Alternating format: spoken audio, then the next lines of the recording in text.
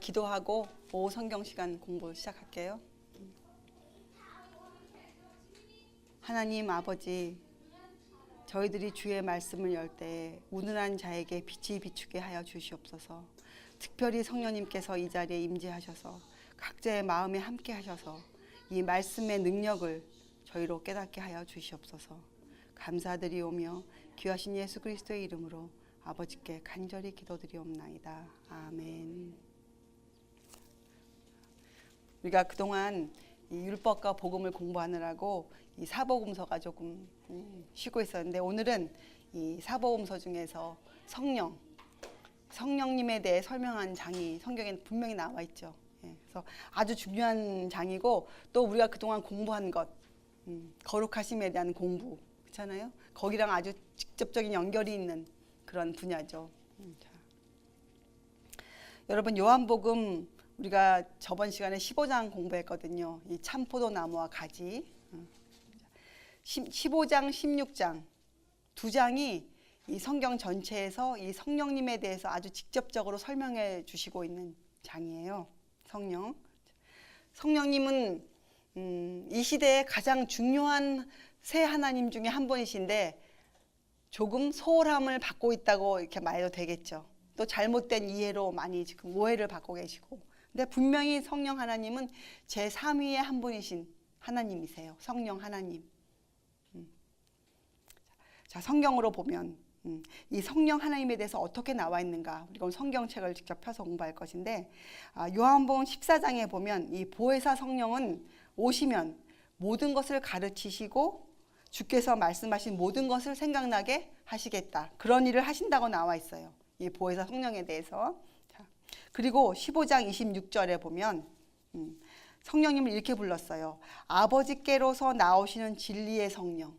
성령님의 그러니까 데피니션이에요. 성령님은 아버지께로서 나오시는 진리의 성령이에요. 성령. 그러니까 성령님을 이해하려면 여러분들이 또 무엇을 알아야 됩니까?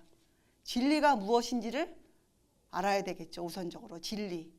진리라는 부분에 있어서 이해가 확실치 않으면 진리의 성령님을 이해할 때에도 문제가 될 것이에요. 그래서 우리가 진리를 공부했죠. 진리는 무엇이다. 진리가 무엇이었습니까? 하나님의 말씀, 하나님의 법, 하나님의 계명, 이것이 진리였거든요. 그래서 성령님은 진리의 성령님이세요. 진리의 성령님. 자, 그런데 16장에 이렇게 시작해요. 이런 말씀들을 주님이 우리에게 하신 이유가 실족지 않게 하려 함이니. 우리 오늘 공부했잖아요. 맞아요. 우리로 하여금 어떻게 해요? 실족지 않고 거룩함에 이르게 하기 위해서 성령님은 이 땅에 오신 것이에요. 거룩함을 위해서. 그러고 이제 내려가 보면 드디어 이 성령님께서는 어떠한 일을 하실 것이다. 분명히 나와 있어요. 성령님께서 오시면 이러한 일을 하실 것이다. 여러분, 이거하고 성령의 은사를 혼동하시면 안 됩니다. 우리가 고린도전서 공부할 때 공부했죠. 성령의 은사는 왜 주셨습니까? 직분과 은사는 왜 주셨어요? 교회를 세우기 위해서 주신 것이잖아요. 자, 성령께서 하시는 직접적인 일, 성령의 직무, 성령님께서 하시는 일은 여기 나와 있어요. 자, 8절. 그가 와서 죄에 대하여, 의에 대하여, 심판에 대하여 세상을 책망하시리라. 이 일을 하세요. 성령님께서는 우리의 거룩함을 위해서 이 일만을 하세요. 이 일만을. 그렇죠? 죄와 의와 심판에 대해서 우리를 가르치세요. 자, 하나님이 우리를 책망하신다. 성령님께서 우리를 책망하신다. 이것은 무슨 뜻인지 여러분 아시잖아요, 이제. 그렇잖아요? 우리가 미워서 우리를 멸망시키기 위해서 아니시잖아요. 우리를 거룩한 사람으로 만들어 놓기 위해서 우리에게 이런 경고를 주시는 것이에요. 우리를 야단치시는 거예요. 구약에도 죄를 범치 않게 하기 위해서 그렇게 하셨다고 나오잖아요. 자, 그러면 이제 우리가 살펴보면 되겠죠. 자, 죄에 대하여.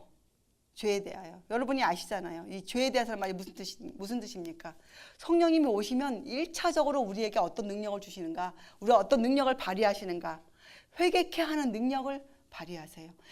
참된 회개는 우리의 힘으로 할 수 없어요. 회개는 우리가 할 수 없는 것이에요. 우리가 구원받는 모든 일의 시작부터가 우리가 할 수 있는 일이 아니에요. 성령께서 오셔서 우리 마음에 우리의 죄를 끄집어내셔야 돼요.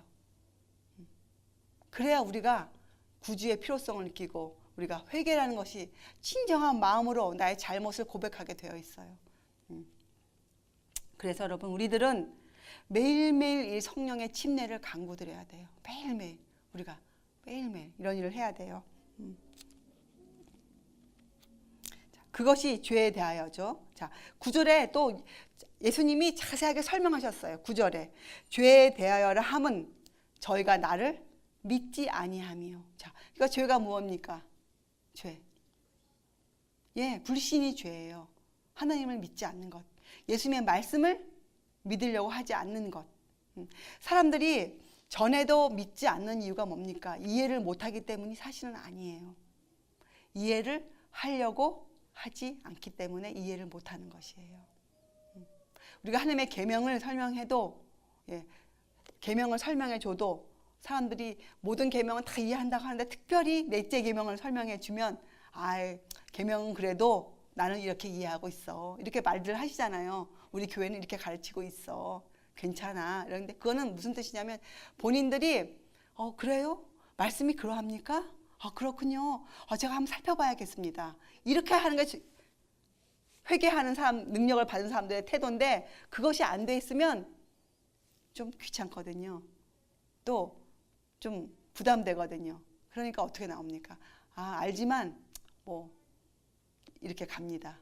괜찮습니다. 이런 나름대로 이유들 핑계를 막 대는 것이에요. 그건 이해를 못하기 때문이 아니라 이해를 하지 않으려고 마음을 작정했기 때문에 그렇게 되는 것이에요. 사람은 누구나 마음만 열면 누구든지 이해할 수 있는 것이 복음이에요. 누구든지 알 수 있는 분이 예수님이세요. 또 누구든지 그 일을 할 수 있도록 성령님이 우리 근처에 와 계세요. 우리의 마음 문을 두드리고 계시잖아요. 예수님께서. 모든 사람의 마음 문을, 특별한 사람만 두드리는 게 아니에요. 모든 사람의 마음 문을 놓고 하고 계시거든요. 자, 10절은 또 이 의를 설명해 주셨어요. 10절. 의에 대하여라 함은 내가 아버지께로 가니 너희가 다시 나를 보지 못함이요. 자, 이 10절 한번 보세요. 자, 그럼 의가 뭐라는 뜻입니까? 의는 예수님인데 어떤 의를 지금 말씀하고 계시는 거예요, 여기에서. 어떤 의입니까? 내가 아버지께로 가니 너희가 다시 나를 보지 못함이요. 이건 뭐예요? 볼 수 없는, 보이지 않는 그분을 믿는 믿음이잖아요. 그래서 이것은 바로 믿음으로 말미암는 의예요. 여기서 말씀하고 계시는 의는 우리가 믿음으로 가져올 수 있는 의예요. 믿음으로. 자, 11절. 심판에 대하여라 함은 이 세상 임금이 심판을 받았음이니라. 자, 이건 또 무슨 뜻일까요? 심판. 여러분, 심판이 중요한 우리가 연구해야 될 주제 중에 하나입니까? 맞습니다. 그런데 이 제자들이 말해요. 예수님께 뭘 많이 물어봤냐면 언제 그런 일이 일어나겠습니까? 2번이나 물어봤어요. 언제? 그 때를. 근데 예수님의 대답은 무엇입니까? 때와 기한은 너희의 알 바가 아니다. 이렇게 하셨거든요. 자, 그래서 심판이 중요하지만 우리가 이 심판을 연구할 때 주의해야 될 것이 있어요. 때와 기한은 우리에게 속한 것이 아니에요. 심판은 미국에 꼭 일어날 일이거든요. 꼭 있어야 될 일. 복음 안에 들어가 있는 거니까. 자, 그런데 이 예수님과 심판이 관계가 있을까요? 예수님과 심판. 큰 관계가 있죠. 예수님이 이 심판대에 쓰셨어요? 쓰셨죠. 십자가에서. 예수님이 어떻게 이 심판대에서 승리를 거두셨잖아요. 그때 세상 임금은 이미 정죄함을 받았어요. 사단은 이미 그때 정죄함을 받은 것이에요. 그래서 우리가 사단을 저항하고 우리가 물리쳐 버리고 주님을 따라가면 우리에게는 로마서의 말씀처럼 정죄함이 없는 것이죠. 생명의 성령의 법에 따라 사는 사람에게는 심판은 우리가 쓰지만 우리에게는 정죄함이 있을 수가 없어요. 왜냐하면 예수님이 이미 그 일을 이루어 놓으셨기 때문에. 성령님이 오시면 바로 이 3가지를 하시는 거예요. 죄에 대하여, 의에 대하여, 심판에 대하여 우리를 가르치시는 거예요. 그래서 이 가르침을 떠난 것들은 성령께서 하시는 일이 아닌 것이죠. 잘못된 영이 행한 일이에요. 이 범위에서 움직여야 성령의 역사라 우리가 부를 수 있는 거예요. 성령의 역사라. 그렇죠? 자, 13절 보세요. 진리의 성령이 오시면 그가 너희를 어떻게 해요? 모든 진리 가운데로 인도하시리니 그가 자의로 말하지 않고 오직 듣는 것을 말하시며. 참 놀랍죠? 성령님도 본인의 뜻대로 일하시지 않으신대요. 예수님도 그러하셨는데 듣는 것만을, 예수님께서 하신 것만을 성령님께서는 또 전하세요. 이 땅에서 우리에게. 자, 그런데 그 다음 절에 장래일을 너희에게 알리시리라, 이런 구절이 있어요, 여러분.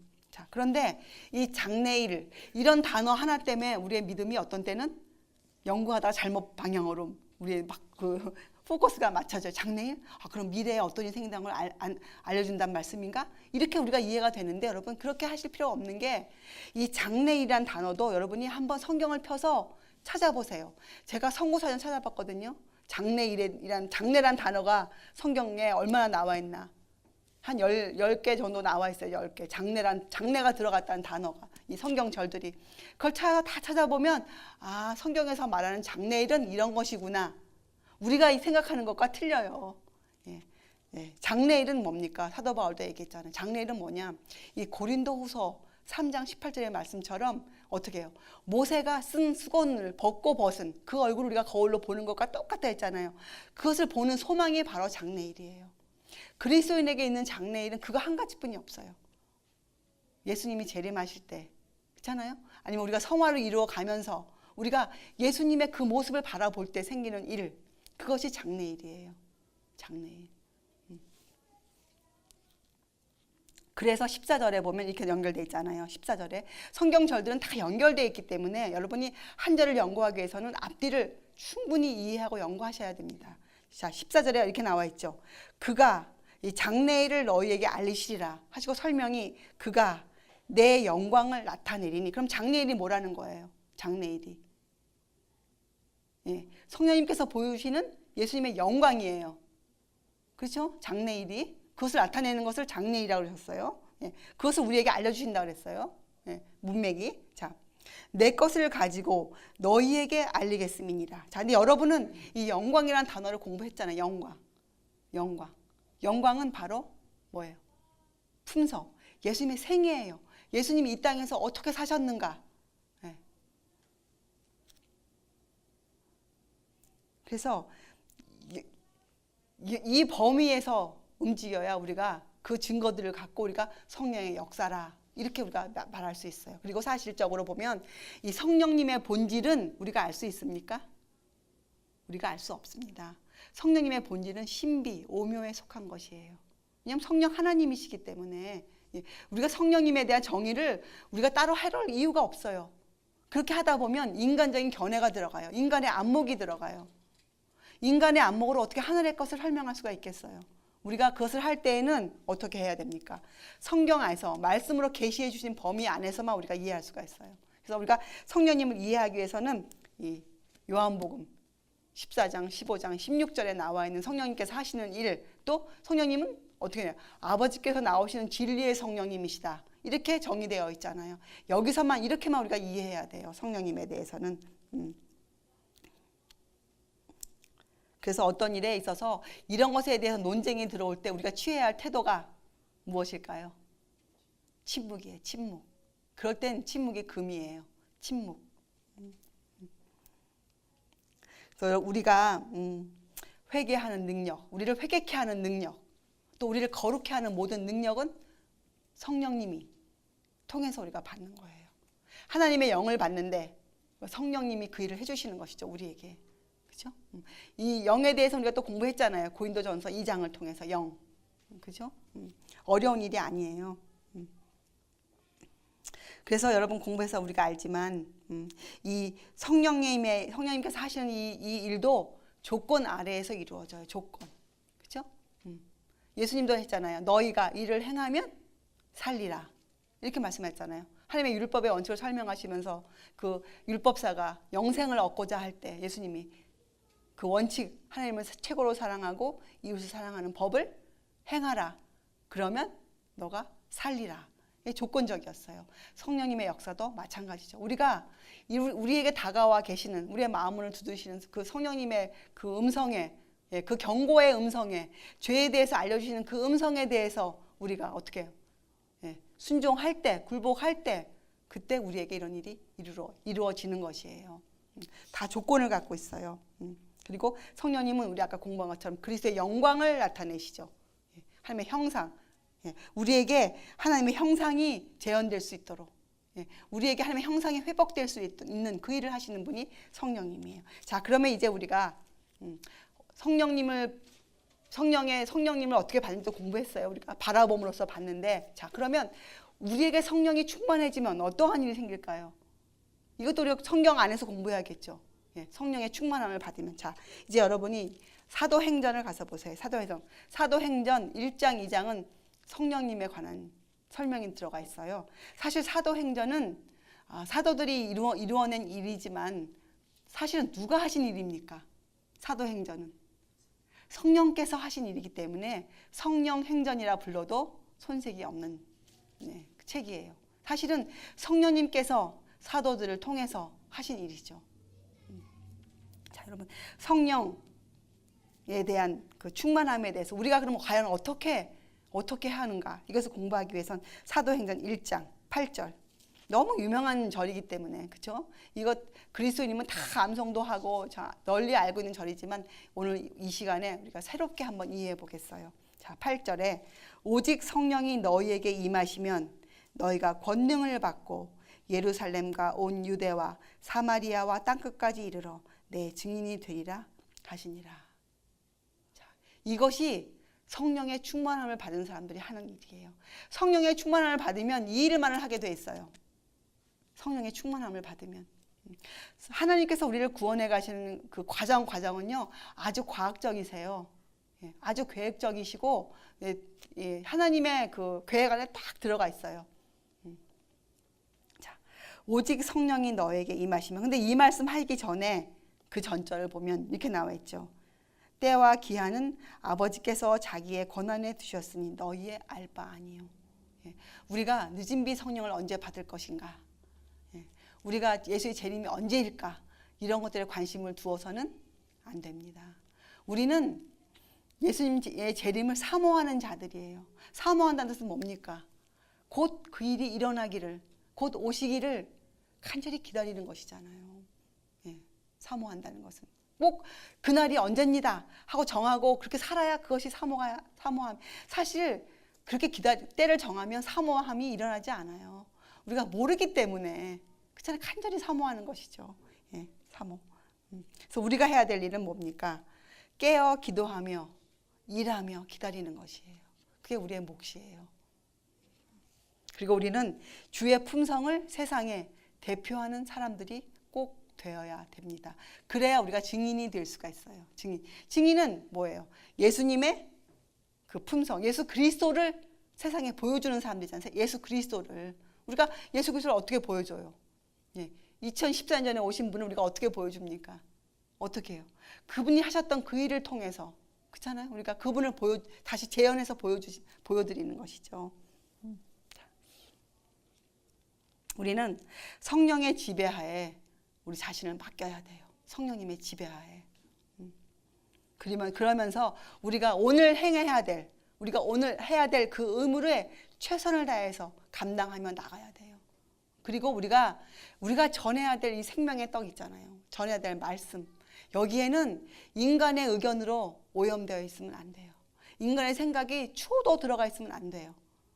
세상이 우리를 조롱하고 사람들 우리를 비난하고 우리를 핍박하고 아무리 우리를 못살게 굴어도 우리는 어떻게 해야 됩니까? 성경 안에 있는 말씀만을, 성령님의 말씀만을 전해야 돼요. 성령님의 감화로 이루어진 것들만을 전해야 돼요.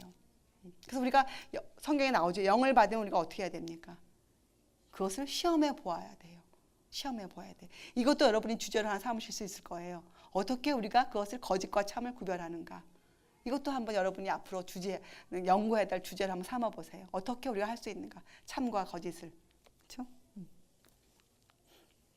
이래서 마지막 때 우리가 전해야 될 기별이 있지 않습니까? 그것을 우리가 현대 진리라고 부르잖아요. 마지막 때 전해야 될 기별. 이런 절차를 밟지 않으면 이 마지막 때 기별이 잘못 나가게 되어 있어요. 자, 그래서 예수님이 이 땅에 오셨을 때 전하신 기별이 무슨 새로운 기별이었어요? 예수님 제자들에 가르친 기별이 어떤 특별한 것이었냐고요? 아니에요. 예수님은 예수님께서 주신 그 구약에 주신 그 기별들이 있었잖아요. 예, 성소제도에. 예, 그런데 유대인들이 잘못 해석해 놓은 것들을 예수님은 바로 가르쳤을 뿐이세요. 제자들에게. 그러면 우리가 지금 전해야 될 기별, 가르침이 예수님의 제자들과 다른 가르침을 전해야 될까요? 전혀 아니죠. 우리가 가르쳐야 되는 가르침도 똑같은 가르침, 예수님의 가르침을 우리도 전해야 돼요. 그거예요. 그래서 우리가 이제 다음 시간에 또 공부하겠지만 이 예수님의 마지막 중보기도 중에 가장 중요한 것, 영생은 무엇이라고 우리가 알려주셨어요. 유일하신 하나님을 아는 것과 그의 보내신 자 예수 그리스도를 아는 것. 이 예수님을 알지 못하면 이 성령님을 회방하게 되어 있거든요. 성령님이 하시는 일을 회방하게 되어 있어요. 아주 무서운 일이죠. 그래서 우리는 꼭 이 참 하나님과 예수 그리스도를 알아야 돼요. 그리고 성령님께서 어떤 일을 하실 것인지에 대해서도 성경적으로 확실히 이해하고 있어야 돼요. 예수님과 하나님, 성령님은 잃어버린 자들을 구원하시려고 이 땅에 오신 것이었거든요. 이 땅에. 그리고 사람들에게 우리의 영적인 그 도덕성을 개발시켜주고 우리를 성장시켜주고 이 일을 하시기 위해서 성령님은 특별히 오셨고, 그러니까 실제적으로 우리 이 생활에서 우리를 가르치시기 위해서 오신 거예요. 그래서 예수님도 주로 뭘 가르치셨어요? 그들의 주변에 있는 모든 것들을 들어서 진리를 가르치셨잖아요. 우리도 그렇게 해야 돼요. 우리도 주님이 하셨던 것처럼 우리 생활에 우리가 살고 있는 삶에서 우리가 그 모본을 보여야 되는 것이에요. 우리 삶에서 삶과 동떨어진 곳에서 우리가 전할 수 없어요. 진리는 이 강대상에서 전해지는 것이 아니에요. 진리는 우리의 생활 속에서 전해지는 것이에요. 진리는 이 시대가 필요로 하는 것이 있을까요? 있어요. 어떤 월등하다 생각하는 사람들은 성경 안에서 무슨 특별한 것을 찾기 위해 애를 써요. 가르침도 특별한 가르침을 전하기 위해서 많이 애를 쓰는 사람들이 많거든요. 근데 세상은 그런 것을 필요로 하고 있지 않아요. 세상이 필요로 하는 것이 하나가 있어요. 무엇일까요? 이것이 일어나야 세상에 개혁이 일어나요. 개혁. 세상은 지금 개혁을 필요로 하고 있습니까? 필요로 하고 있죠. 우리가 너무나 지금 애통해하고 있잖아요. 지금 종교계의 모습을 보면서 세상에는 개혁이 필요해요. 근데 개혁이 일어나려면 우선 이것이 선행되어야 돼요. 개혁에는 마음의 변화가 필요합니다.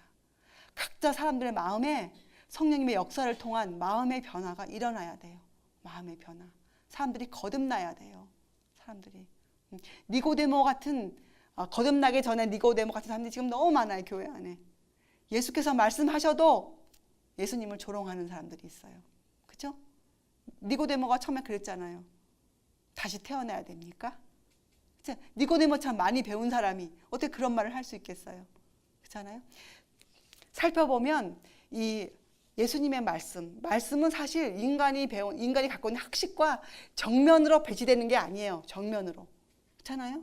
사실은 초월하고 있는 것이죠. 사람이 생각할 수 없는 부분을 초월하고 있는 것이기 때문에 사람들이 많은 경우에 그것을 배치된다고 생각해요. 근데 아니에요.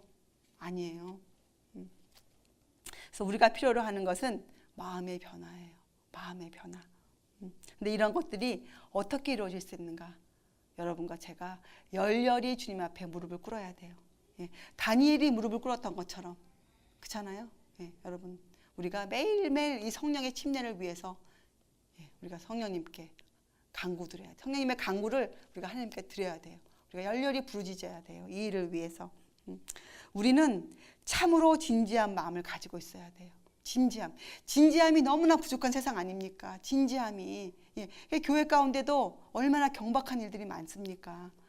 우리는 참으로 진지한 마음을 가지고 있어야 돼요. 우리가 세상 사물을 볼 때 참으로 진지한 마음으로 세상 사물을 우리가 들여다봐야 돼요. 참으로 진지하게. 그리고 내가 구원을 받기 위하여 무엇을 해야 하는지를 우리가 주님께, 성령님께 여쭤봐야 돼요. 그저 무턱대고 우리가 나갈 수가 없어요. 내가 구원을 받기 위해서, 내가 또 이 일을 하기 위해서 어떻게 해야 합니까? 이런 일에 대해 우리가 주님께 물어봐야 돼요. 그리고 우리는 하늘 향해 가는 이 길에 우리 마음대로 절대로 갈 수 없어요. 예, 우리가 어떠한 계단을 밟아 가야 되는지를 우리가 성령님께 여쭤보고 성경을 통해서 우리가 연구하는 학도들이 되어야 돼요. 잘못되어진 것을 바로 잡아야 돼요. 그래야 우리가 이 시대에 복음을 전하는 자들이 될 수가 있어요. 이 시대에 복음을 전하는 자들, 이 시대에. 그리고 사람들이 하나님이 주신 그 진리가 얼마나 위대한지를 지금 모르고 있어요. 거룩함이라는 것에 대해 전혀 깨닫고 있지 못해요. 잘못 가고 있으면서도, 영적 타락에 있으면서도 깨닫지 못하고 있는 시대에 살고 있어요. 사람들이 깨어나기 힘든 시대에 살고 있어요. 깨어나기 힘든 시대. 그러니 우리가 얼마만큼 주님 앞에 간구를 드려야 되겠습니까? 특별히 여러분과 제가 이것을 이해하고 있다고 가슴 아파하는 우리들이, 이건 다른 사람의 책임이 아니에요. 이 말씀은 여러분과 제가 이것을 이해하고 있다고 하니까 성령님께서 우리한테 어떤 것을 요구하시겠어요? 우리에게 무엇을 요구하시겠어요? 우리에게. 우리는 누구보다도 더 많이, 더 열렬하게 주님 앞에 무릎을 꿇어야 돼요. 성령님의 간구하심을 우리는 정말로 순간순간 우리가 주님께 부르짖어야 돼요. 성령님이 우리를 도와주시지 않으면, 성령님께 전적으로 이 일을 해주시지 아니하시면 우리가 이 일을 이루어낼 수가 없어요. 그런데 참 놀라운 것은 말이에요. 이런 위대한 일을 성부 하나님, 성자 하나님, 성령 하나님께서는 너무나 간결하게 아주 조화를 이루어 가시면서 아름답게 이루어내고 있지 않으십니까? 그렇죠? 여러분과 저의 이해도 간결해지고 명확해지고 정확해져야 됩니다. 그렇게 되도록 여러분들이 성경을 연구하셔야 돼요. 성경을 깊이 연구했는데 더 복잡해지면 여러분이 무언가를 잘못하고 계신 거예요. 우리가 성경을 성령님의 인도하심으로 이해하면, 공부하면 아주 간결하게 우리의 구원의 계획에 대해서 우리가 가르침을 받고 이렇게 전할 수 있는 사람이 되어요. 자, 여기에서 우리가 주의할 것이 하나가 있어요. 우리가 아까 공부했지만 무엇이 있는가? 영적인 나태함이에요. 무기력함. 이런 것들을 주의하셔야 돼요. 왜 그런가? 우리가 이 나태함, 오랫동안 우리가 이 속에 있었기 때문에 우리가 깨어있지 않으면, 우리가 순간순간 깨어있지 않으면 우리가 이렇게 흘러가기가 쉬워요. 이 형식주의에서 여러분이 벗어나셔야 돼요. 형식주의. 우리가 아까 공부했잖아요. 거룩함을 공부할 때 우리에게서 이 성장이 멈추기 시작하면, 조금이라도 멈추면 벌써 우리는 이 형식주의로 빠져들어요. 노예정신이 들어와요.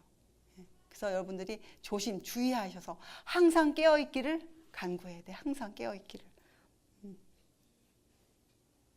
그리고 우리가 간절히 바라는 것이 있죠. 우리가 지금 사도행전을 읽지 않았습니까? 사도행전에 시작부터 어떠한 사건이 있었어요? 시작부터 오순절, 성령 강림, 큰 사건 있지 않습니까? 여러분과 제가 그 일을 간구드려야 돼요. 이 시대에 오순절의 성령 강림보다 더 큰 역사가 꼭 있어야 하거든요. 이 일을 위해서 여러분들이 기도해야 돼요. 그런 일이 일어나기를, 빨리 일어나기를. 여러분 해보시면 알지만 우리에게도 필요하지 않습니까? 이것을 우리가 성경에서 뭐라고 불려요? 늦은 비 성령이라고 부르잖아요. 늦은 비 성경. 여러분 호세아서나 요엘서, 스가랴서 공부해 보면 이 늦은 비에 대한 설명이 나와 있어요. 늦은 비에 대한 설명. 그리고 특별히 요한계시록 18장 1절에 어떤 일이 있습니까? 계시록에 나와 14장에 나와 있던 그 천사들의 기별을 반복해서 전해주는 그 천사들, 더한 천사가 더해져서 큰 권세로 이 땅이 영광으로 환해지는 그런 일이 있으리라는 그런 절이 나와 있지 않습니까? 이런 것들을 여러분이 함께 읽으면서 연구해 보세요. 호세아서나 요엘서나 스가랴서, 그리고 계시록 18장 같이 연구해 보면 여러분이 늦은 비에 대한 이해가 또 들어와요. 늦은 비. 늦은 비를 간구해야 돼요, 우리가. 그런데 주의할 것은 우리는 그때에 대해서 관심을 두고 있으면 안 돼요. 늦은 비가 언제 올까? 이것은 우리가 잘못 가고 있는 거예요. 우리는 어떻게 해야 돼요? 우리의 자세. 그것이 가장 중요한 거예요.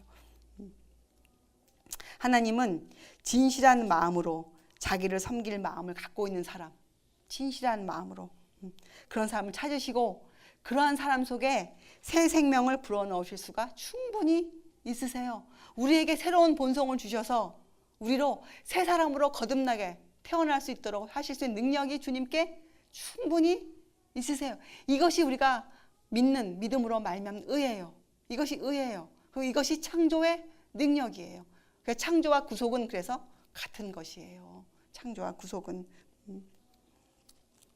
그래서 새 사람의 지음을 받는 것이죠. 새 사람. 그렇잖아요? 자, 제가 이 기도문을 읽고 마칠게요. 우리의 선배가 이런 기도를 적어 놓으셨더라고요. 주여, 당신의 백성들을 도우사 영혼의 전에서 모든 더러운 것을 청결케 하사 하나님과 긴밀한 관계를 유지케 하옵소서. 여러분, 우리가 드리고 싶은 기도문 아니에요. 이는 이렇게 기도를 하는 이유는 늦은 비 성령이 쏟아져 내릴 때 그들이 거기에 참여하는 자들이 되게 하기 위함이니이다. 여러분과 저는 이런 기도를 드려야 돼요. 늦은 비 성령을 간구하고 그리고 어떻게 합니까? 우리가 그곳에 있게 되기를 우리가 그곳에 있게 되기를 주님께 간구드려야 할 것이에요. 그리고 내 이웃들이 내 사랑하는 식구들이 그곳에 함께 있게 되기를 우리가 주님께 간구드려야 되겠습니다. 자, 이러한 일을 하시는 분이 바로 성령 하나님이세요. 성령 하나님. 여기서 벗어난 것은 성령의 역사가 절대로 아니에요. 그래서 여러분, 성경을 정말 연구하는 학도들이 되세요. 성령의 은사는 또 무엇인지, 있잖아요. 직분은 무엇인지 이런 것과 혼동을 해서는 안 되죠. 우리가 아주 성경을 통해서 우리가 아는 지식이 아주 체계적이고 또 우리가 깨달은 것들이 순서적이 되어야 돼요. 그래야 우리가 기별을 하나님께서 하신 것처럼, 예수께서 하신 것처럼, 성령님께서 하신 것처럼 우리가 어떻게 해요? 순서적으로 전할 수가 있는 사람이 되죠. 우리가 봉사할 수 있는 자격을 갖추게 되는 거예요. 봉사할 수 있는 자격. 자, 이러한 성령님을 우리 여러분 이제부터 지금도 하고 계셨지만 더 열심히 더 간절한 마음으로 성령의 침례를 받기를 원합니다. 매일매일 이것을 위해서 하시는 여러분 되시기 바랍니다. 기도하시겠어요? 하늘에 계신 하나님 아버지, 저희들이 성령의 강구를 원합니다. 저희들에게 이 성령님께서 오셔서 저희들을 인도해 주시옵소서. 성령님께서 저희들을 사용해 주시옵소서. 저희들을 거룩해 하여 주시옵소서. 감사드리오며 귀하신 예수 그리스도의 이름으로 아버지께 간절히 기도드리옵나이다. 아멘.